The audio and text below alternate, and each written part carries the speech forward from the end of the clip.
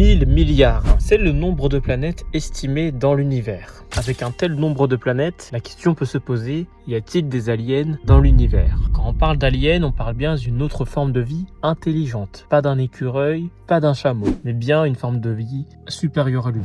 On se dit que forcément avec 1000 milliards de planètes, on aura bien l'existence des aliens découvertes un jour. En tout cas, pas pour l'instant. Et cela, c'est ce qu'on appelle la théorie du grand filtre. Enfin, le grand filtre, c'est composé de plusieurs petites théories. Mais c'est en gros les raisons pour lesquelles l'homme n'arrive pas à rencontrer les aliens. Ce sont les filtres. Première théorie, la thèse de la distance. Oui, des galaxies entières ont été découvertes, mais le problème, c'est que c'est très très loin. Situé à plusieurs années-lumière, il faudrait plus que l'espérance de vie humaine pour pouvoir se déplacer ne serait-ce que dans la galaxie à côté. Et le temps de visiter les 1000 milliards de planètes disponibles, l'humanité sera déjà morte. Donc ce qu'a fait l'humain pour l'instant, pour aller explorer les planètes, c'est d'envoyer de la technologie, des satellites qui se déplacent. On en a envoyé une avec souvent dedans des informations sur les humains au cas où le satellite arriverait à bon port. Pour l'instant, on n'a reçu aucune information et vous vous demandez peut-être comment on peut recevoir de l'information d'un truc qui est à des millions de kilomètres. Et bien par onde ultra technologique. Alors déjà que le Bluetooth il se déconnecte quand je passe mon jardin, à 10 milliards de kilomètres, c'est assez compliqué. Sans entrer dans les détails, mais pas pour vous laisser dans le doute,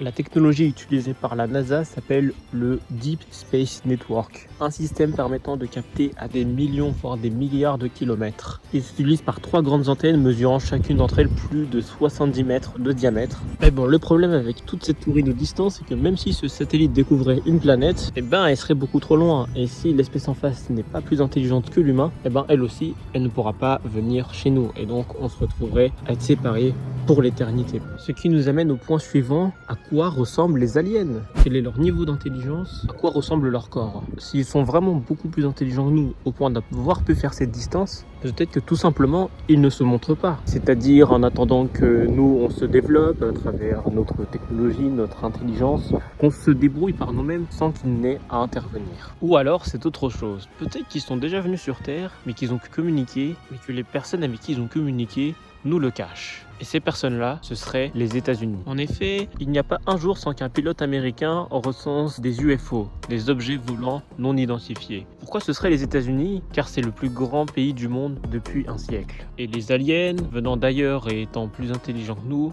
dans cette théorie, ce serait même pas le président qui serait au courant, mais le Deep State, l'État profond américain, qui le cacherait même au président pour éviter que la Terre s'agite. Concernant le corps des aliens, peut-être que ce serait pire. Peut-être qu'ils se dissimulent parmi nous, mais que leur corps est invisible comme du verre dans la nature. À quoi pourrait ressembler le corps des aliens? Est-ce qu'ils ne pourraient pas respirer dans l'espace? En effet, nous, les humains, nous avons besoin d'oxygène pour vivre, car c'est comme ça que nous nous sommes développés sur des millions d'années, avec l'énergie de l'oxygène. Mais si sur leur planète, il n'y a pas d'oxygène, ils se seraient peut-être développés autrement, par d'autres mécanismes, que ce soit le soleil pur ou au contact physique des plantes. On n'imagine pas toutes les possibilités de leur évolution. Quelles seraient donc les autres théories à part la distance qui pourraient expliquer que nous n'avons jamais encore rencontré d'aliens? Ce serait l'évolution catastrophique. Cette théorie, c'est grosso modo toutes les espèces qui auraient évolué jusqu'au transistor, c'est-à-dire l'ordinateur, auraient tous fini par disparaître. Car soit à l'émergence de l'intelligence artificielle qui aurait buté tout le monde, soit par l'utilisation de la bombe nucléaire par ses habitants. Pourquoi je dis que ça pourrait arriver? Car en fait, la planète Terre et les humains, par rapport à l'univers, c'est plutôt récent.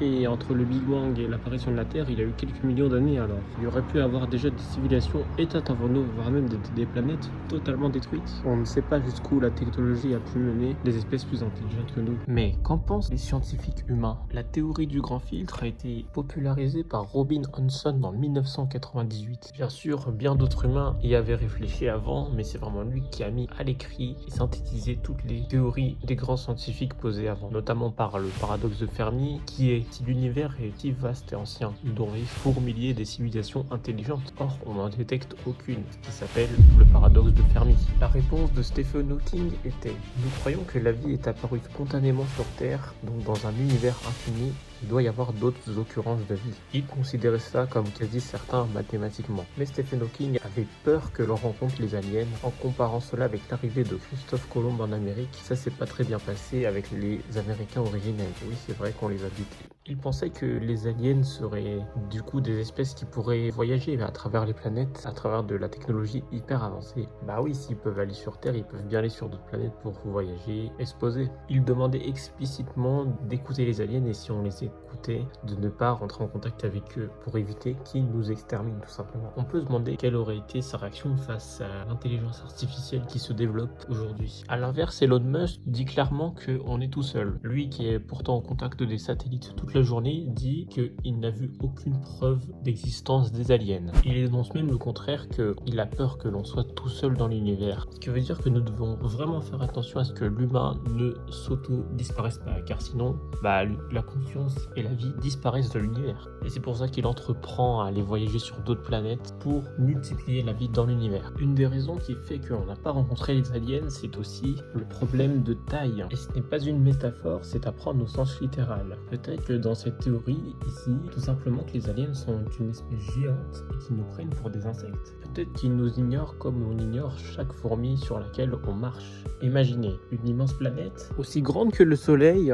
et des insectes aussi grands qu'une maison. Ça fait très Jurassic Park ce que je viens de dire, mais en fait c'est déjà arrivé sur Terre. Oui, il y a quelques millions d'années, il y avait des animaux et des insectes beaucoup plus grands. Simple, même aujourd'hui, aller dans des zones dangereuses type Australie ou Amazonie, vous-même vous savez que les scorpions là-bas ils font hyper peur. En fait, il faut inverser la question. Pourquoi sur toutes les tailles possibles et imaginables, une autre espèce aurait pile la taille d'un humain entre 1,50 m et 2 mètres, alors qu'on sait que même sur Terre, un hippopotame ça mesure environ 3 mètres. Je parlais d'être un insecte sur le plan physique, mais est-ce qu'il nous prendrait pas aussi pour des insectes sur le plan intellectuel? Imaginez, vous venez d'une autre planète et vous voyez des mecs qui jouent au casino. Ils font des actions inutiles car il y a des choses dans leur tête qui leur dit de le faire qui s'appelle émotion. Vous voyez pas la différence entre un humain et un singe en fait. Donc oui, une théorie un peu badante, mais pour la suivante, j'ai un truc plus fun.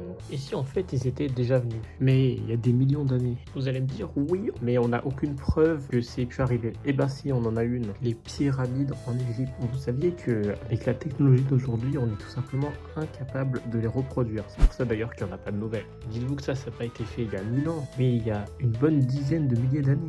Avec des mecs dont la seule technologie c'est de pousser des charrettes. Ces pyramides sont la plus grande preuve aujourd'hui de cette théorie. Pourquoi ils auraient fabriqué des putains de pyramides et pas un truc un peu utile à l'humanité? Ça pourrait être simplement pour faire une blague. Peut-être que c'est une blague qui se font de faire des pyramides et surtout pour nous donner un indice sur leur existence passée. Une autre preuve de leur venue dans le passé, ce serait tout simplement l'existence de nous, Homo sapiens. Même aujourd'hui, nous n'avons pas encore de vraies réponses à pourquoi est-ce que l'humain a existé et comment on est passé du singe à l'Homo sapiens. Ce qui expliquerait pourquoi l'humain peut être à la fois si brillant et si débile à la fois. Mais peut-être que nous n'avons pas besoin d'aller voir dans le passé, du moins pas le passé lointain. Et s'il y avait déjà eu de la vie sur Mars? Et pourquoi découvrir de la vie sur Mars n'est pas une si bonne nouvelle que ça en a l'air? On a plusieurs éléments qui pourraient prouver qu'il y a déjà eu ou il y a toujours de la vie sur Mars. Déjà, on sait qu'il y a déjà de l'eau qui a été découverte là-bas. Même des microbes et de micro-organismes ont été découverts là-bas. Techniquement, vu que c'est en dehors de la Terre, on peut dire que ce sont des vies extraterrestres. Mais de ce qu'on a vu, ce sera pas pour aujourd'hui. Alors comment faire perdurer l'espèce humaine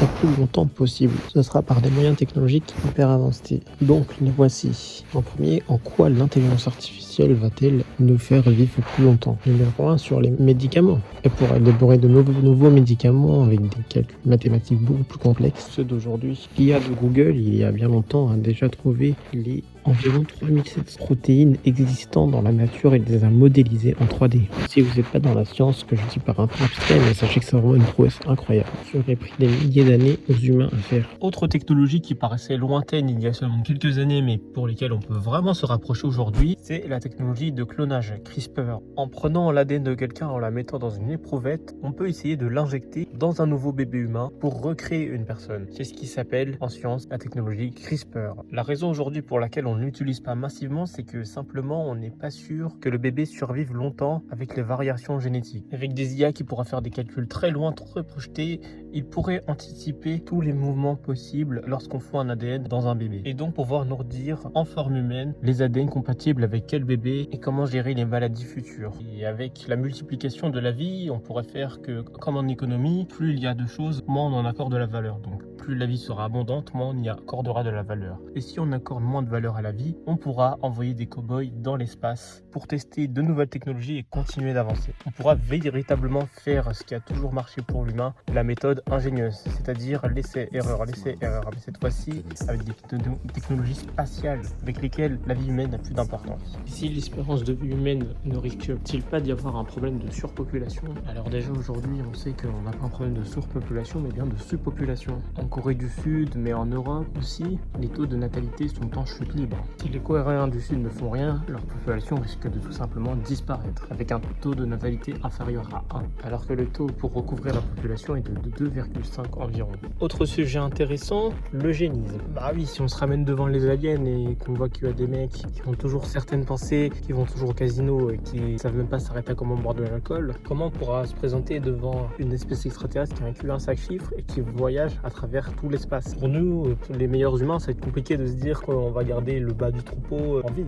Au-delà même des aliens, même sur Terre, si on augmente le QI des humains, que va-t-il se passer pour les gens qui ont moins bon QI, des capacités cognitives limitées, sont plus sensibles à leurs émotions, émotions qui viennent d'une partie animale. Si on veut se rapprocher du niveau minimum d'intelligence d'une intelligence artificielle, très émotif, ça va être compliqué à garder. Et Dieu alors, qu'est-ce qu'il vient faire dans tout ça? Si l'être humain arrive à s'augmenter, il y a beaucoup de théories du passé concernant les religions qui vont être mises en cause. Que le voyage interstellaire était prévu dans les religions, le fait qu'on rencontre de nouvelles espèces autres que la Terre, alors qu'il n'y a pas si longtemps que ça, on butait les gens qui pensaient que la Terre est ronde.